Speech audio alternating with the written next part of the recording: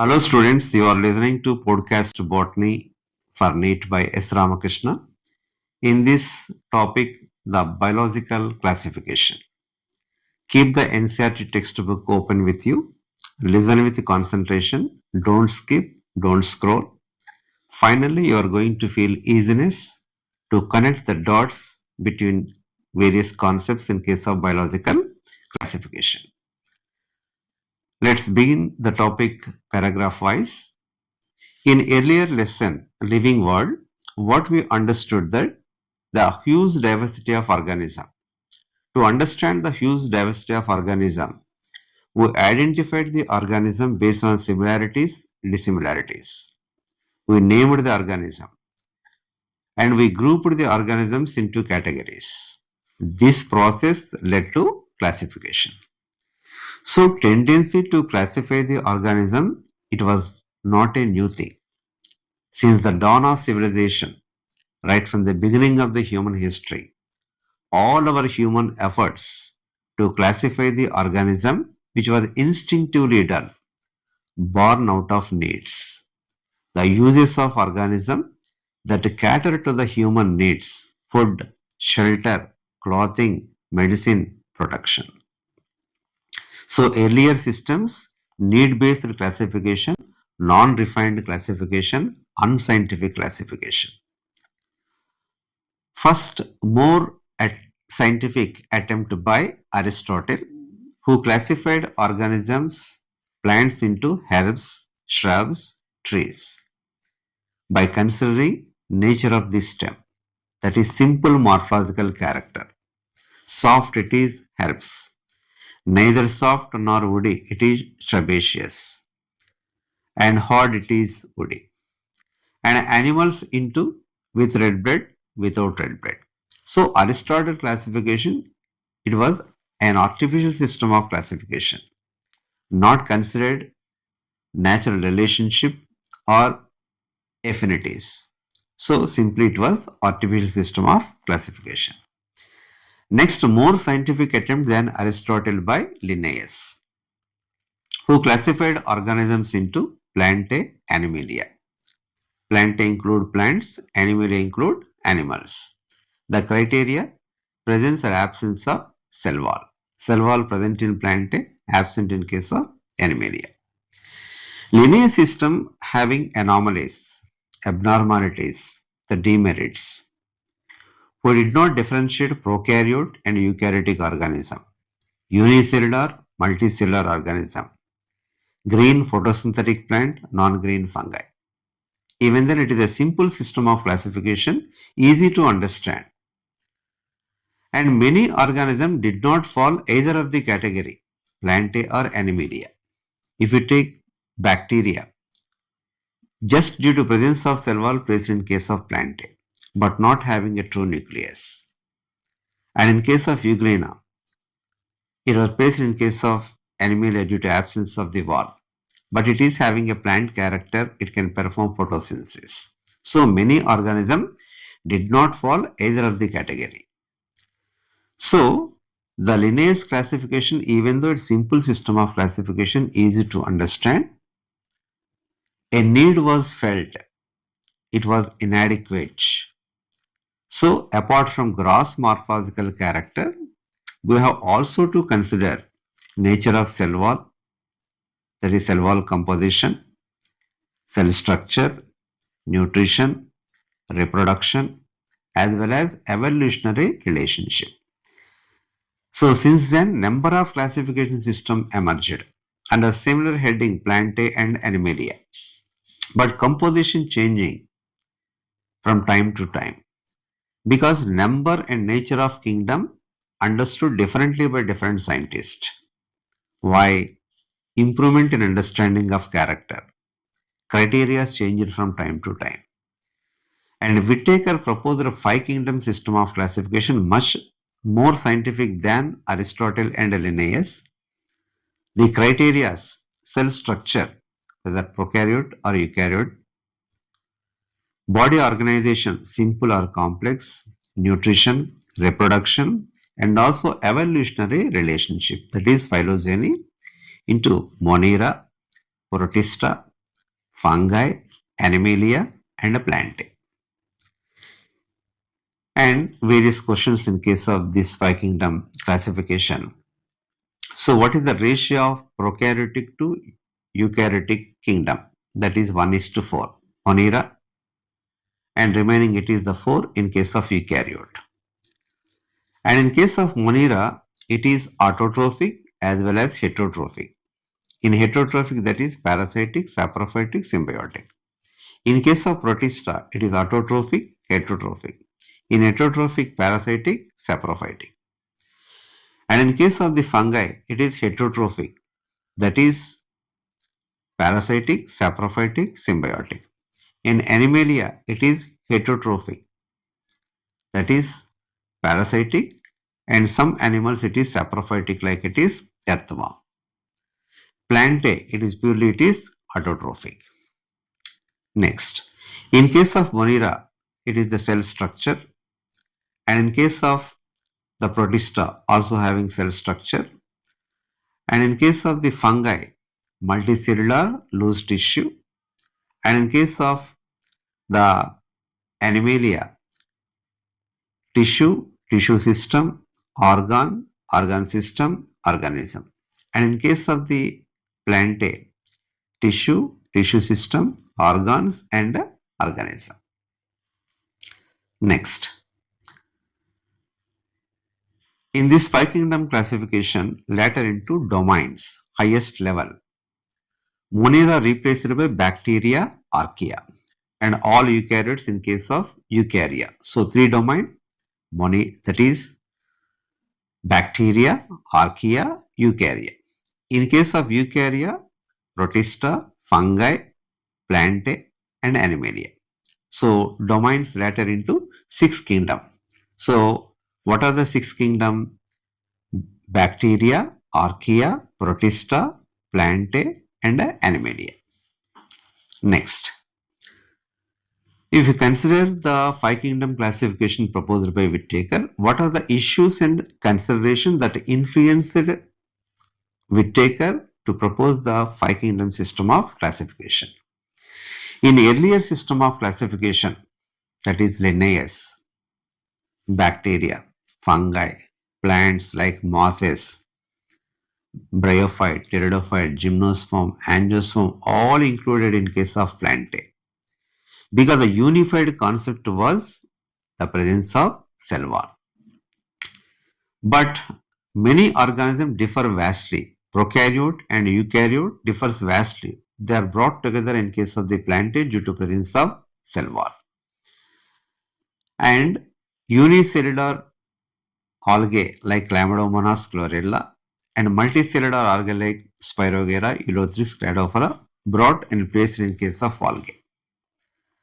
And in case of plantae, autotrophic mode of nutrition, having the cell wall, it is cellulosic, and fungi, it is heterotrophic mode of nutrition, and cell wall, it is not cellulosic, it is chitin, placed together in case of plantae due to presence of cell wall.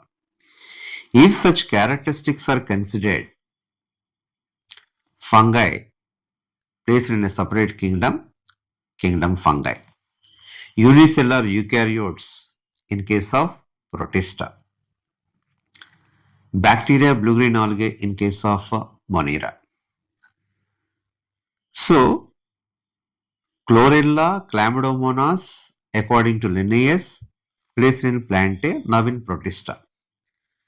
Paramecium and Euglena, according to Linnaeus, placed in Animalia, now placed in protista. Why such changes? Criteria are changed.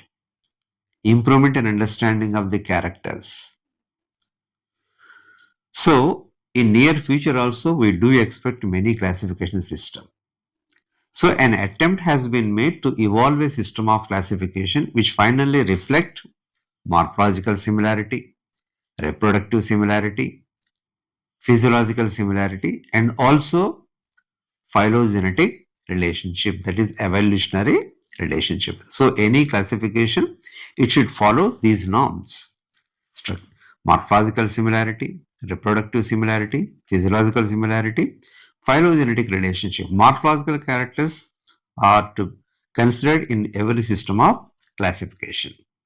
So in this Monera, Protista, fungi, Animalia and Plantae. Next, in case of Monera, the most abundant organism in Monera, bacteria. They are the sole members in case of Monera, the microorganisms which are bacteria. If you take handful amount of the soil, hundreds of bacteria present. And bacteria present everywhere, omnipresent, ubiquitous, air, water, inside the organism as parasite. And some harsh environment, unexpected environment like it is deep in sea, snow, deserts, and hot vents, that is thermal vents, where few other organisms can survive. That means that other than this bacteria cannot survive, only these bacteria can survive in such extreme condition. What do you call it is extremophiles. As bacteria survives under extreme conditions like hot vents, thermal vents, deep in snow, as well as deserts. That's why what do you call it is extremophiles.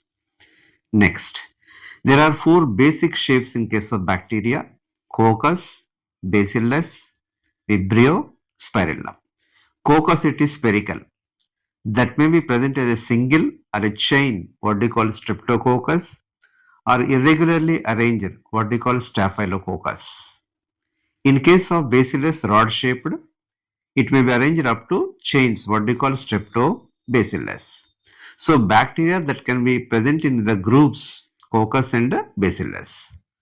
The other, it is incomplete twist, what do you call it is comma shaped bacterium, what do you call it is vibrio.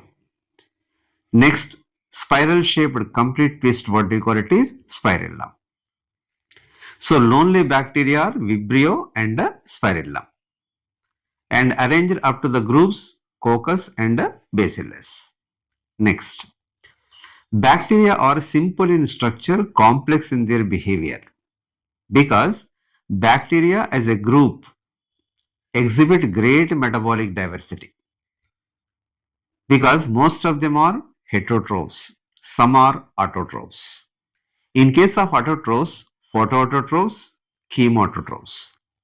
In photoautotrophs depends upon the sunlight for energy and carbon source for sake of atmospheric carbon dioxide. In case of chemoautotrophs, it oxidizes inorganic substances like nitrite, sulfur, phosphorus, whatever the energy generated, utilized to synthesize ATP, what we call chemotrophs. Most of the heterotrophic bacteria are saprophyte, that is decomposers. Next, in case of Monera, archaebacteria, eubacteria, mycoplasma. Archaebacteria, the word itself conveying its meaning. Archaea means ancient, that is the primitive. So archaebacteria are a primitive bacteria, that is nothing but ancient bacteria. And special monerans, why it is considered as a special moneran? It is expected in harsh environment like thermoacidophile, hot and acidic conditions, halophiles, that is salty beds, and methanogens present in marshy areas, rumen of cattle, bottom of paddy fields having cellulose, methanogens are present. And methanogens present in ruminant of cattle, the animal excreta, what we call gobar, rich in methanogens used in the production of gobar gas. Next, the archaebacteria survives even under extreme condition because of cell wall composition, the structure of the cell wall composition. In normal bacteria, it is murin. In this, it is pseudomurin. And there is a branched lipid chain. So, branched lipid chain and presence of pseudomurin in case of cell wall makes the bacteria to survive even under harsh environmental conditions. Next, it is eubacteria. Eubacteria, which are true bacteria, thousands of bacteria are present in this blue-green algae and bacteria. In case of blue-green algae, they are cyanobacteria. They are present in aquatic environment, terrestrial, aquatic, marine, as well as freshwater.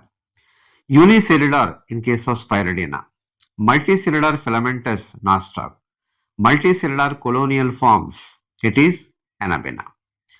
And there are the first prokaryotic organisms, that is blue-green algae, perform oxygenic photosynthesis. That is, it evolves oxygen. As it evolves oxygen means certainly the pigment it is chlorophyll A. The chlorophyll A present in not in chloroplast but in special structures what we call chromatophores. As chlorophyll A in higher plants in case of chloroplast.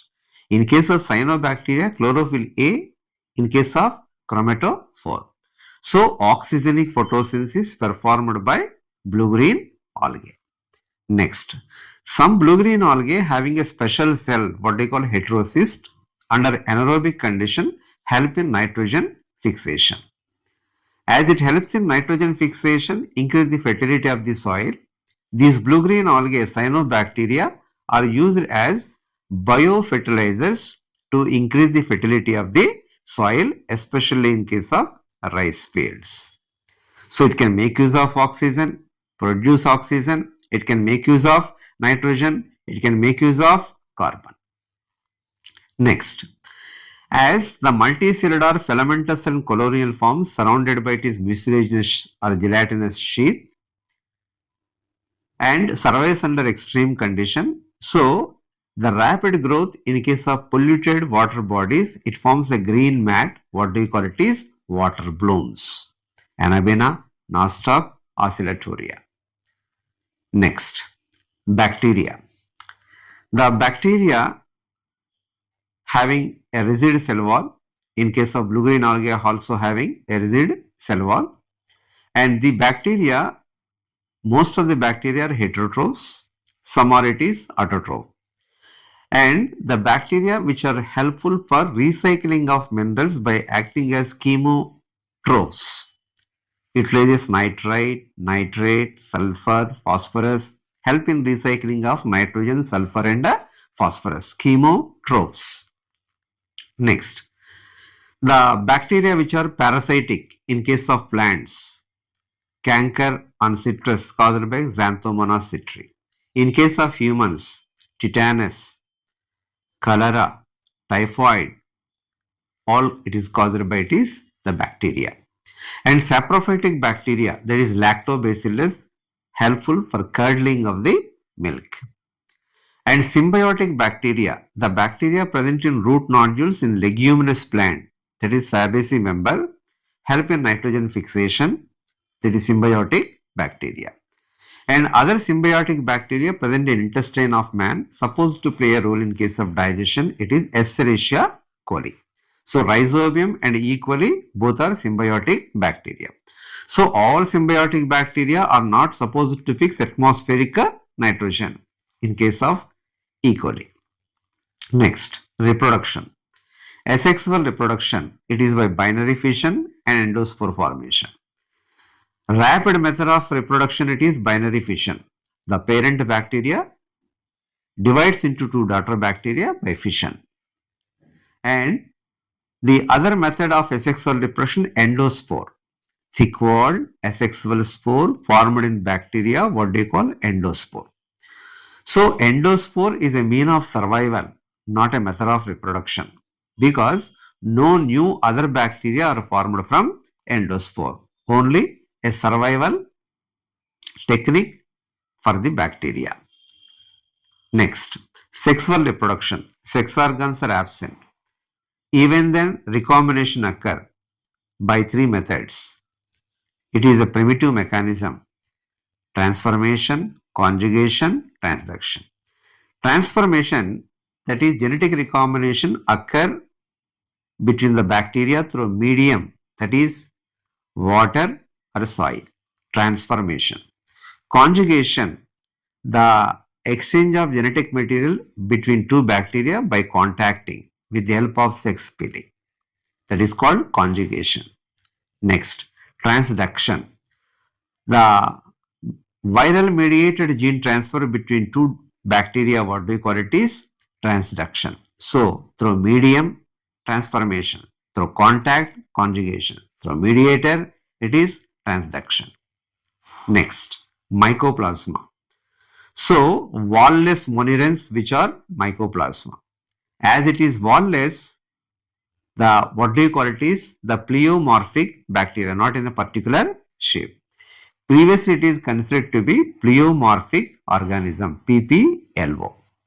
And these mycoplasmas are parasitic on plants, animals, as well as human, which are facultative anaerobe. Original it is aerobe, survives even under anaerobic condition, facultative anaerobe. So all known mycoplasmas which are parasitic. In case of the protist, which are unicellular eukaryotic organism, as which are unicellular eukaryotic organism, membrane-bound organisms are present. So cytoplasm appears to be compartmented. And primarily the protists which are aquatic. And the protist, some way with wall, some without wall, some with cilia, some with flagella, some without neither cilia nor flagella. Autotrophic mode of nutrition, heterotrophic mode of nutrition. In heterotrophic, parasitic and saprophytic mode of nutrition. And to many scientists, there is no clear-cut demarcation, boundaries well defined for this protist. What is the reason behind this? Because to some scientists, the protist appears to be photosynthetic protist, just perform photosynthesis, like it is euglena, because it is having the cell wall and also perform photosynthesis. Some to plant protist, if you take rhizophytes, it perform photosynthesis and having the walls. So no clear-cut boundaries which are well defined for this protist. But anyhow, the protist forms a link to study other eukaryotic organisms like fungi, animalia, as well as plantae. In case of the plantae, chrysophytes. In case of animalia, it is protozoa. In case of fungi, it is slime mold. And these protists divide by binary fission and sexually reproduce by forming gametes, and the fusion of gamete results in the formation of zygote. Next, the protists which are divided into chrysophyte, dinoflagellate, euglenoid, slime mold, and protozoan. Chrysophyte. The chrysophytes which are aquatic, marine or freshwater, and which include diatoms and desmids, golden algae, nothing but it is the desmid. Both are microscopic, float or suspend, passively carried by water current. What do you call it is phytoplanktons. And most of them perform photosynthesis. And if you take the diatom, it forms two thin overlapping wall layers. It is the shells, fits like a soap box, upper epitheca, lower it is hypotheca. So what do you call it is a fracule. Two thin overlapping shells fits like a soap box, what do you call a fracule. The wall is cellulosic but embedded with silica, which makes it so highly it is indestructible. So after death of the diatom, walls of the diatom deposited over the billions of years and forms a huge heap or earth, what do you call diatomaceous earth. As the diatomaceous earth being gritty, abrasive, it is used for filtration of syrup, mining for oil, and polishing the glass surfaces. And diatoms, which are chief producers of ocean. So diatoms and desmids, most of them perform photosynthesis, but chief producers which are diatom. Phytoplankton carried passively by water. Next, dinoflagellate. The dinoflagellates which are marine, and the color yellow, green, brown, red depends upon the dominance of the pigment. And outer surface, it is having stiff cellulosic plates which is acting as armor that means protective structure. So stiff cellulosic plates on outer surface and having a longitudinal groove, a long vertical flagellum, a horizontal groove, transverse short flagellum. So orientation of flagellum perpendicular to each other. Such orientation makes the dinoflagellate to exhibit spinning movement, what we call whirling whips. And the dinoflagellate, the red dinoflagellate, the gonialax, rapid multiplication of gonialax leads to coloration that results in red tides in Mediterranean. That is one point. And because of rapid multiplication, the toxins secreted by it, it kills aquatic animals like it is the fishes. Next, and euglenoid. Euglenoid, which are freshwater, stagnant freshwater, that is lentic ecosystem. The body is not covered by cell wall. Body covered by proteinaceous layer, what they call pellicle. So the body is highly flexible. At anterior end, cytostome, mouth, cytopharynx, gullet, followed by reservoir. On membranes of the reservoir, an eye spot or stigma present, which keeps the euglena near the surface of the water to expose to the sunlight to perform photosynthesis. So, in presence of light, it performs photosynthesis. In absence of light, act as a predator. So, what type of nutrition? Mixotrophic nutrition. And whatever the pigment present in case of euglenoid, similar to higher plant, that means chlorophyll A as well as chlorophyll B. And it divided by longitudinal binary fission in case of euglenoid. Next, slime mold.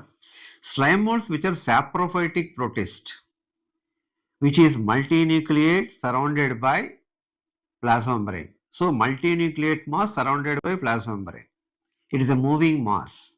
It moves along decaying woods, twigs, branches, and engulf organic material. That's why it is a saprophytic protist. It is unicellular multinucleate. During favorable condition, multinucleate mass accumulates to several feet high, what we call plasmodium. And the plasmodium during unfavorable condition from fruiting body, not fruit, fruiting body. From tips of the fruiting bodies, spores are found. The spores having true wall resist unfavorable condition, survives for many years and disseminated by wind.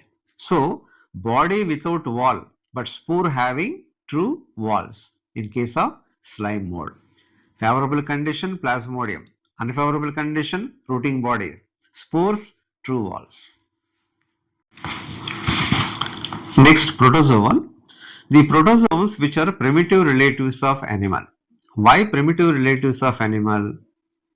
Mode of nutrition, it is heterotrophic mode of nutrition, and without it is wall. And the protozoan include amoeboid protozoan, flagellated protozoan, ciliated protozoan, and sporozoan. In amoeboid protozoan, which lives in freshwater, marine water, moist soil. And the body itself forms pseudopodia, false feet, to catch prey or for movement. So the amoeboid without cilia flagella but can able to move by forming the false feet or pseudopodia. The false feet or pseudopodia not only meant for movement but also meant to catch the prey. In marine amoeboid form, it is having silica shells. And the parasitic form of the amoeboid forms the entamoeba histolytica. Next, flagellated protozoan, which is free living or parasitic. The parasitic form Trypanosoma gambiense causes sleeping sickness. Next, ciliated protozoan. The ciliated protozoan that include paramecium. So the body on its surface having a gullet, thousands of cilia present in rows.